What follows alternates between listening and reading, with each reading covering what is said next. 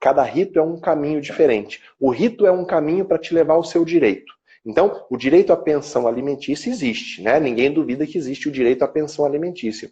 Mas existem caminhos diferentes. Vamos imaginar que são estradas diferentes para chegar no mesmo destino, que é a pensão. Para todo tipo de obrigação, então nós estamos falando de uma obrigação de pagar alimentos, mas pode ter uma obrigação de indenizar, pode ter uma obrigação contra a fazenda pública. Existem caminhos diferentes para chegar no mesmo objetivo. Tá?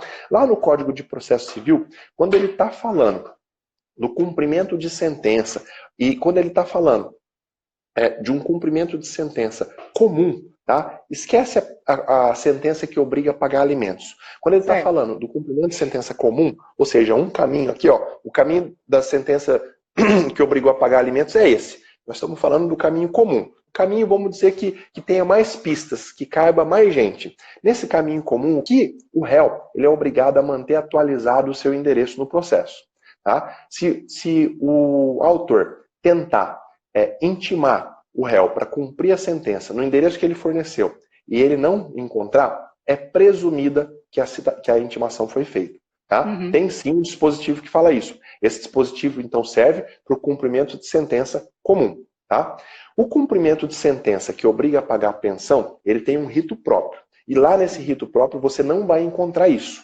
Mas a grande sacada está em você usar subsidiariamente as regras lá do procedimento comum para o seu procedimento especial de alimentos. Você vai desenvolver esse raciocínio para o juiz. Tá? Não existe pronunciamento do STJ dizendo que isso é proibido. Você não vai encontrar isso. Tá?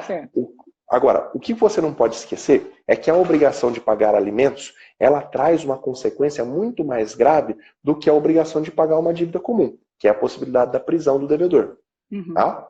Então, quando você pedir para o juiz usar essa regra do procedimento comum, você vai falar assim: juiz, existe essa regra para o procedimento comum. Eu sei que nós não estamos no procedimento comum, nós estamos no procedimento especial, mas eu quero que subsidiariamente Vossa Excelência aplique essa regra, porque o réu ele tem o dever de cooperar com o processo. Ele não pode, tá lá, princípio da cooperação. Ele não pode simplesmente mudar de endereço e dar de ombro para aquela pessoa que está esperando a pensão. Então o dever dele deveria ser ainda maior do que o devedor comum.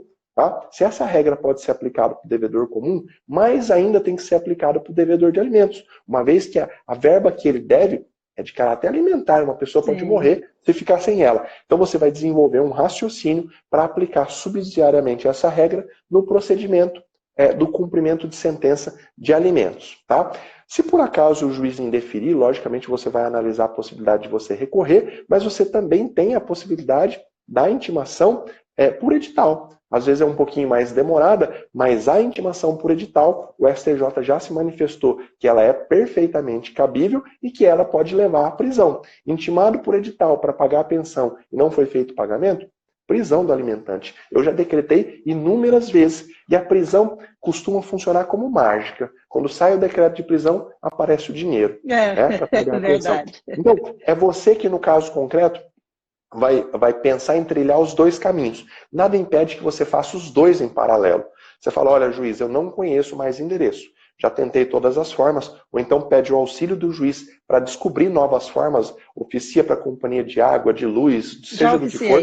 Uhum. Então, já tentei todos os esforços. Então, primeiro, eu quero que comece a ser feita a intimação dele por edital, para ele pagar, e, paralelamente, eu gostaria que Vossa Excelência desse ele como intimado com base na regra lá do Código de Processo Civil e você desenvolve o seu raciocínio jurídico. Veja bem, o que nós estamos falando aqui não é comum. Então, os magistrados não recebem esse tipo de pedido todos os dias. Pode ser que numa primeira vez você não consiga convencer o magistrado, mas o bom advogado é aquele que não desiste. Quando você receber um não, sabe o que você faz? Isso vale para todo mundo que está assistindo.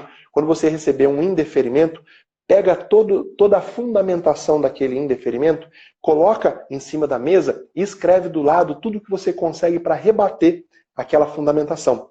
Isso que você escreveu vai servir para a sua próxima petição semelhante. Uhum. Tá? Muita gente não faz esse exercício. Leva, por exemplo, um indeferimento do magistrado, fica com raiva, xinga o mundo inteiro, mas não cresce com aquele indeferimento. Então, pega o indeferimento, coloca na mesa, coloca no computador, abre um arquivo do lado e começa a rebater todos os fundamentos que o juiz utilizou para indeferir o seu pedido. Essa sua peça já vai servir, logicamente, para o seu recurso e, logicamente, para a sua outra petição futura, porque você já vai se antever. Se o magistrado do próximo processo pensar igual àquele, agora ele vai ter que rebolar, porque eu já rebati todos os possíveis argumentos dele. Tá? Então, não caia naquela bobagem de, com o indeferimento, desistir disso não. Tá? E olha, eu já vi sendo aplicado também procedimento de alimentos. Tá? É um procedimento... Eu não sei se você sabe, antes dessa regra, sabe onde que ela estava? Ela estava no Código Civil, mas no sentido voltado para as provas. Uma regra um tanto quanto semelhante. E ela foi criada para aquele problema envolvendo exame de DNA.